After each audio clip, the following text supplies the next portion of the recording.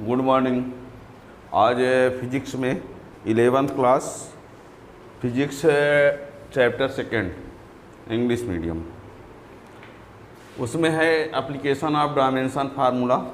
Application of dimension formula, uses of dimensional formula, उसे कई application हैं। तो बहुत से एप्लीकेशन जो है वो पीछे लेक्चर में हो चुके हैं, है ना। पीछे उसकी कुछ वीडियो हैं जिसमें और एप्लीकेशन है। और आज का जो एप्लीकेशन है वो है कि डायमेंशन फार्मूला की हेल्प से एक किसी यूनिट को एक सिस्टम से दूसरे सिस्टम में कैसे कन्वर्ट करेंगे, यानी to convert unit from one system to another system with the help of dimensional formula. यानी डायमेंशन फार्मूला की हेल्प से किसी यूनिट को एक सिस्टम से दूसरे सिस्टम में कैसे चेंज करेंगे। तो आज का ये टॉपिक है और इसको जानने के लिए डायमेंशन फार्मूला आप लोगों को आना चाहिए। और डायमेंशन फार्मूला के लिए आप इसके पीछे वाले वीडियो में आप डायमेंशन फार्मूला पढ़ सकते हैं। और डायमेंशन फार्मूला के बिना ये क्वेश्चन समझ में नहीं आएगा, ठीक है। तो आज का टॉपिक जो है application of dimensional formula equation जो भी लिखा रहे। अब उसमें ये है to convert a unit from one system to another system, another बोल सकते हैं, another system, one system to another system, एक सिस्टम से दूसरे सिस्टम में चेंज करने के लिए, ठीक है ना। तो इसमें देखिए इसके लिए क्या करना पड़ेगा, एक फार्मूला होता है, उसको समझना अच्छे से। देखिए वो फार्मूला हम लिखने वाले हैं। मान लीजिए कोई फिजिकल क्वांटिटी है और उस फिजिकल क्वांटिटी का न्यूमेरिकल वैल्यू जो है एक सिस्टम में, फिजिकल क्वांटिटी के फर्स्ट सिस्टम में, एक फर्स्ट सिस्टम माने लेते हैं, एक सेकेंड सिस्टम, है ना। तो फर्स्ट सिस्टम में system of unit, first system of unit में उसकी फिजिकल क्वांटिटी की न्यूमेरिकल वैल्यू को n1 ले लेते हैं और सेकेंड सिस्टम में न्यूमेरिकल वैल्यू को n2 ले लेते हैं। फर्स्ट सिस्टम की यूनिट जो है वो u1 है, दूसरे की क्या है u2 है। तो n1 u1 equal to n2 u2 होगा। ये हम जानते हैं, क्या लिख दिए, मान लो 1 यहाँ पर लिख दिया जाए 1 मीटर इक्वल टू 100 सेंटीमीटर। ये n1 1 और यूनिट क्या है मीटर, इसमें न2 क्या है 100 और यूनिट क्या है सेंटीमीटर। तो ये होगा ऐसा कि नहीं। एक सिस्टम में न्यूमेरिकल वैल्यू n1 है और यूनिट उसकी u1 है, दूसरे सिस्टम में न्यूमेरिकल वैल्यू n2 है, यूनिट u2 है। तो n1 u1 बराबर n2 u2 होगा कि नहीं। कैसे होगा देख लो, n1 मान लो 1 है और u1 मीटर है, तो 1 मीटर इक्वल टू 100 सेंटीमीटर होगा कि नहीं। यानी n1 u1 equal to n2 u2। ये बात क्लियर, ठीक है ना। अब यहाँ पर हम यहाँ पर क्या लेंगे देखिएगा, यहाँ पर फर्स्ट सिस्टम में मास लेंथ और टाइम, फर्स्ट सिस्टम में मास को m1, लेंथ को l1, टाइम को t1 ले लेते हैं, ठीक है। और पावर a b c। और इसमें n2 सेकेंड सिस्टम में मास m2 ले लिए, लेंथ l2 ले लिए, टाइम t2 ले लिए और उनकी कुछ ना कुछ पावर है, ये है m, ठीक है ना। क्या कहा हमने, कोई भी फिजिकल क्वांटिटी है, एक सिस्टम में उसकी न्यूमेरिकल वैल्यू n1 है, यूनिट u1 है, दूसरे सिस्टम में न्यूमेरिकल वैल्यू n2 है, यूनिट u2 है। अब यूनिट के लिए, यूनिट में हम बता दिए कि मान लो फंडामेंटल में मास लेंथ और टाइम, m मास है, l लेंथ है, t टाइम है फर्स्ट सिस्टम में, और सेकेंड सिस्टम में मास m2 है, लेंथ l2 है, टाइम t2 है।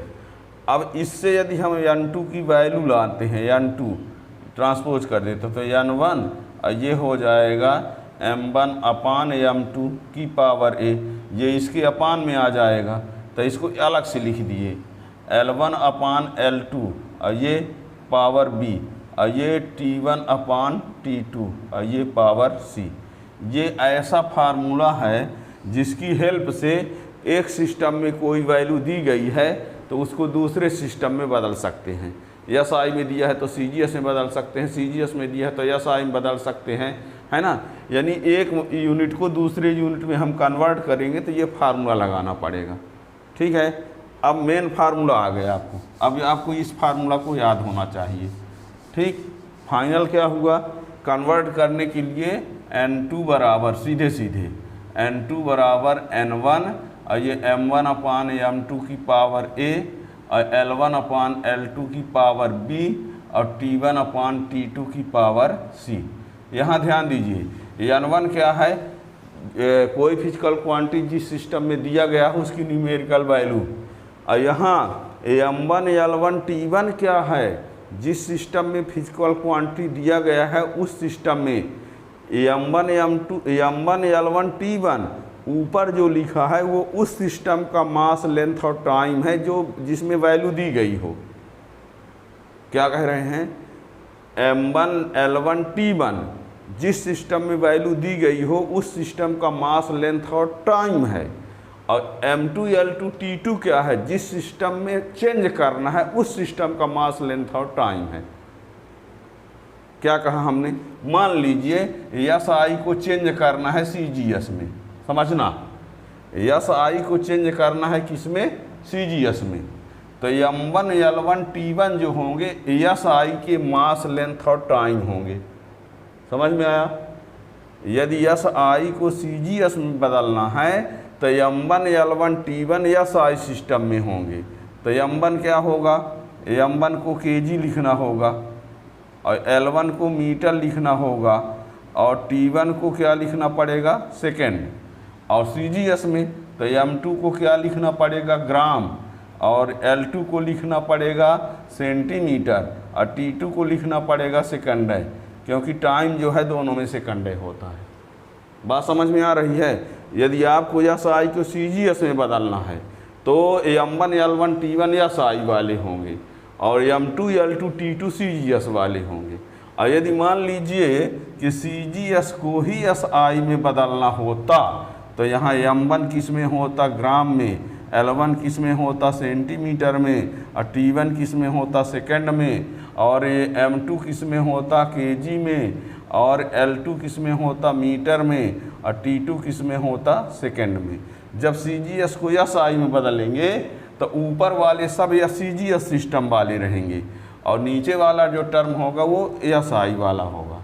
और यदि SI को CGS में बदलेंगे तो ऊपर वाला पूरा SI वाला होगा और CGS नीचे वाला टर्म होगा, और N1 जिस सिस्टम में वैल्यू दी गई रही होगी वो होगा। बात समझ में आ गई। जिसको बदलना है वो ऊपर लिखना है, जिसमें बदलना है वो नीचे, जिसको चेंज करना है, जिसको चेंज करना है यानी जो दिया है वो ऊपर रहेगा और जिसमें बदलना है वो नीचे। जैसे SI को CGS में तो ऊपर SI वाला पूरा टर्म और नीचे CGS, और यदि CGS को SI में तो ऊपर जो रहेगा वो CGS वाला टर्म रहेगा और नीचे जो है वो SI। अभी हम कोई एग्जाम्पल लेते हैं तब समझ में आएगा। फिर अभी प्रश्न है कि ABC क्या है, जो फिजिकल क्वांटिटी होगी, अच्छे सुनना, जो फिजिकल क्वांटिटी होगी उस फिजिकल क्वांटिटी का डायमेंशन फार्मूला लिखेंगे और डायमेंशन फार्मूला में जो m की पावर होगी वो a कहलाएगा, l की पावर जो होगी वो b कहलाएगा और t की पावर जो होगी वो c कहलाएगा। फिजिकल क्वांटिटी का डायमेंशन फार्मूला याद रहना चाहिए। पहले ये देखना होगा कौन सी फिजिकल क्वांटिटी है तो उसका डायमेंशन फार्मूला लिख दो, फिर उसमें m/L/T की पावर जो है ABC हो जाएगा। अभी एग्जाम्पल लेके हम बताएंगे ना, ठीक है ना।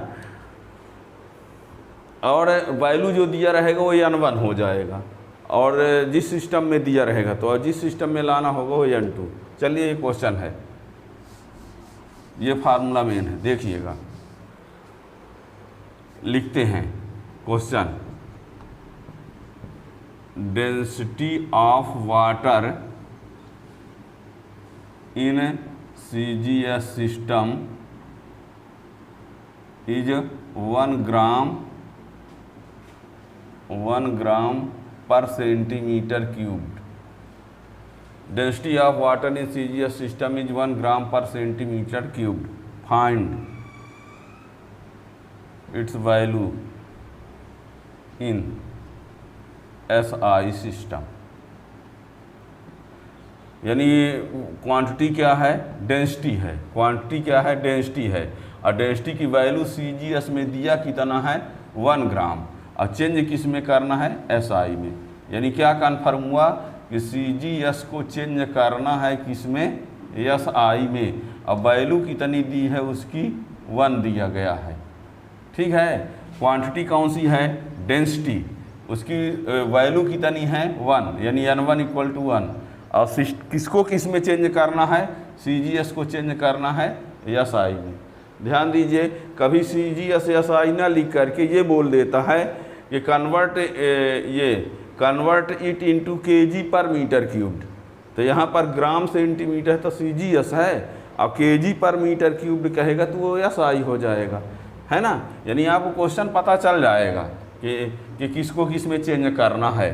तो यहाँ तो CGS को SI में, यानी ग्राम पर सेंटीमीटर है तो ग्राम को kg में कर देना है, सेंटीमीटर को मीटर में। ये चेंजिंग है। यानी आपके सामने क्वेश्चन में हमने यही ना बताया। सबसे पहले देखो इसमें फिजिकल क्वांटिटी कौन सी है, तो पता चला डेंसिटी। और डेंसिटी का डायमेंशन फार्मूला लिखो तो MLT की वैल्यू जो पावर होगी वो ABC की वैल्यू हो जाएगी। फिर फार्मूला लगाओगे, ये वाला फार्मूला, M1 L1 T1 क्या है, M1 मास, L1 लेंथ, T1 टाइम किस सिस्टम में, CGS में। और ये 2 वाले जो होंगे वो किस में होंगे, SI में। यही तो बताया हमने, जिसमें दिया गया है वो ऊपर वाले होंगे, जिसमें चेंज करना है वो नीचे वाले टर्म होंगे। ठीक है ना। अब सॉल्व करते हैं, देखना अभी। तो यहाँ पर लिखेंगे डायमेंशन फार्मूला ऑफ डेंसिटी। तो इसका डायमेंशन फार्मूला होता है ML-3T0। ये याद होना चाहिए। दैट इज, हमने कहा जो M की पावर होगी वो A कहलाएगा, जो L की पावर होगी वो B कहलाएगा, और जो T की पावर होगी वो C कहलाएगा। और N1 जो होगा न्यूमेरिकल वैल्यू 1 दिया था। ठीक है ना। अब यहाँ फार्मूला अप्लाई कर देते हैं। N2 = N1, ये M1/M2 की power A, L1/L2 power B, और T1/T2 पावर C। अब बताओ N1 की वैल्यू कितना है, 1। M1 जिस सिस्टम में दिया है उस सिस्टम का मास, तो ग्राम अपान किलोग्राम, पावर 1। लेंथ ये हो जाएगा सेंटीमीटर अपान मीटर, पावर -3। ये सेकेंड अपान सेकेंड। टाइम दोनों में एक ही होता है, ये रहा। अब बताओ ये हो गया ग्राम। 1 kg में कितने ग्राम होते हैं, 1000। ये रहा। ये सेंटीमीटर अपान 100 सेंटीमीटर -2। ये कट गया तो ये सेकंड बटे सेकंड, तो पावर 0 है तो किसी की पावर 0 मीन्स 1। ध्यान देना, x की पावर 0 है तो इसकी वैल्यू 1 होगी, किसी की पावर 0 हो तो 1 हो गया। अब बताओ ये क्या बचा, 1/1000 इंटू 1/100 पावर यहाँ पर 3 है। ठीक है ना। ये आपको बता दें कि यहाँ ये पावर -3। अब मैथ का रूल भी तो आप लोगों को आना चाहिए, ऐसा ना हो कि मैथ ही नहीं जानते। यहाँ पावर -3 इसको प्लस करना चाहे तो ये उल्टा हो जाएगा। यानी आपको बता दें, यदि x पावर -1 है तो 1/x लिखा जा सकता है। यानी ये पावर माइनस में है तो प्लस करने के लिए इसको उल्टा कर देते हैं। तो यहाँ पर 1/100 पावर -3/2 है, तो ये 100 की पावर 3 हो जाएगा ये। ठीक है ना। यानी इसको ऐसा लिखेंगे तो देखिए क्या हो जाएगा, N2 बराबर यहाँ 1/1000 और ये 100 की पावर 3, ये 1 इंटू 1000 इंटू ये इतना, ये कैंसिल हो गया तो क्या बचा, ये n2 बराबर, अब ये SI में हो गया, इसका मतलब हुआ kg पर मीटर क्यूब्ड। ठीक है, यानी वाटर की जो डेंसिटी थी, यानी वाटर की डेंसिटी जो है वो 1 ग्राम पर सेंटीमीटर क्यूब्ड था, और वही SI में ये आएगा। ठीक है ना, यानी आपने क्या देखा, इसका मीन्स हुआ that is 1 gram per centimetre cubed equal to 1000 kg per metre cubed. ये आया, कन्फर्म हो गया। ठीक है ना, तो ये डायमेंशन फार्मूला की हेल्प से इस प्रकार लाया जाता है। अब तो यहाँ पर हमने कन्वर्जन देखा CGS को SI में बदलना। अभी हम एक क्वेश्चन बोलते हैं कि SI को CGS में बदलना हो तो कैसे बदलेंगे। ठीक है ना,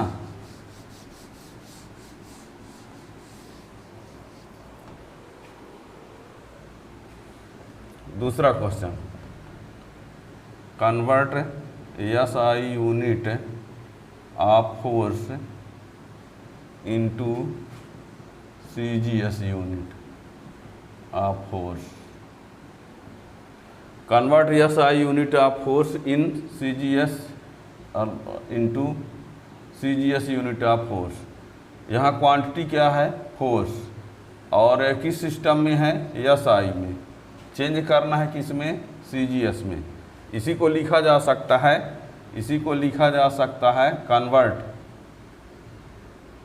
न्यूटन इनटू डाइन, ऐसा भी क्वेश्चन हो सकता है। कन्वर्ट न्यूटन इनटू डाइन, तो न्यूटन क्या है, फोर्स की SI यूनिट है, और डाइन क्या है, फोर्स की CGS यूनिट है। यानी SI यूनिट, फोर्स की SI यूनिट को CGS यूनिट में कन्वर्ट करना है। यानी आपका क्वेश्चन है क्वांटिटी कौन सी है, यहाँ पर क्वांटिटी जो है वो क्या है, फोर्स है, और चेंजिंग क्या करना है, SI को किस में चेंज करना है, CGS में। क्वांटिटी क्या है, फोर्स है, और चेंज करना है SI को CGS में। ठीक है ना, तो सबसे पहले क्या करेंगे, डायमेंशन फार्मूला ऑफ फोर्स, तो क्या होता है, MLT-2, ये याद होना चाहिए।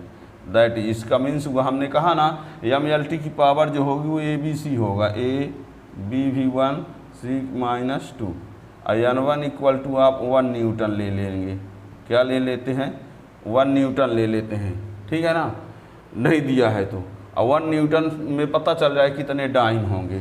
ठीक है ना, अब हमने फार्मूला लिखा N2 इक्वल टू N1, ये M1 अपान M2 की power A, L1 upon L2 की पावर B, और T1 अपान T2 की पावर C। हमने कहा है MLT जो है वो दिए गए सिस्टम में वैल्यू होगी, तो दिया गया सिस्टम SI है, चेंज करना है CGS में, तो ऊपर वाली पूरी वैल्यू किस में होगी, SI में। SI का मास, SI का लेंथ, SI का टाइम, तो SI का मास क्या होता है, kg, SI का लेंथ होता है मीटर, SI का टाइम होता है सेकेंड। फिर बदलना किस में, CGS में। CGS का मास ग्राम, लेंथ सेंटीमीटर, टाइम सेकंड ही होता है। आगे N1 की वैल्यू 1 ले लेते हैं, और यहाँ पर क्या होगा, kg अपान g होगा पावर 1, और यहाँ मीटर अपान सेंटीमीटर होगा पावर 1, और ये सेकंड अपान सेकंड पावर -2। बार बार क्वेश्चन आपको लगता होगा कि सर कहीं आप kg ऊपर लिखते हैं, कहीं नीचे लिखते हैं। हमने बताया ना कि यदि SI वाला पूरा है तो ऊपर वैल्यू SI की होगी, और जिसमें चेंज करना है वो नीचे होगा। तो ये क्वेश्चन जो है SI के CGS में बदलना है, तो ऊपर वैल्यू जो है वो SI वाली है, तो mass kg, length metre, time second, और नीचे वैल्यू जो है वो CGS में होगा, तो मास ग्राम, length centimetre, time second.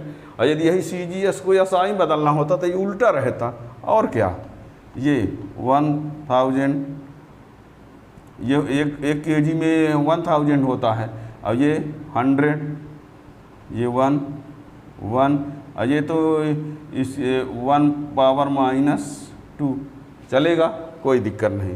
KG में एक केजी में 1000 जी होते हैं तो जी कैंसिल। मीटर में कितने सेंटीमीटर? 100। अब 1 ये रहा, ये रहा, और 1 की पावर कुछ भी तो 1, ये 10⁵ लिख सकते हो। और ये किस में आ गया? CGS में आया। किस में आया?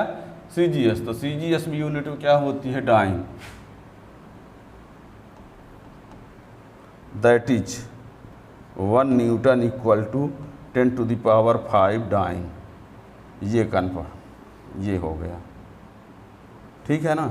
1 न्यूटन इक्वल टू 10⁵ डाइन, ठीक है। तो ये रहा डायमेंशन फार्मूला का एप्लीकेशन। तो डायमेंशन फार्मूला के एप्लीकेशन 4 हैं। तो आपको बता दें, इसके पीछे वाले वीडियो में आप देखेंगे तो 2 एप्लीकेशन मिल जाएंगे। ये तीसरा एप्लीकेशन है, अगला एप्लीकेशन अगले वीडियो में।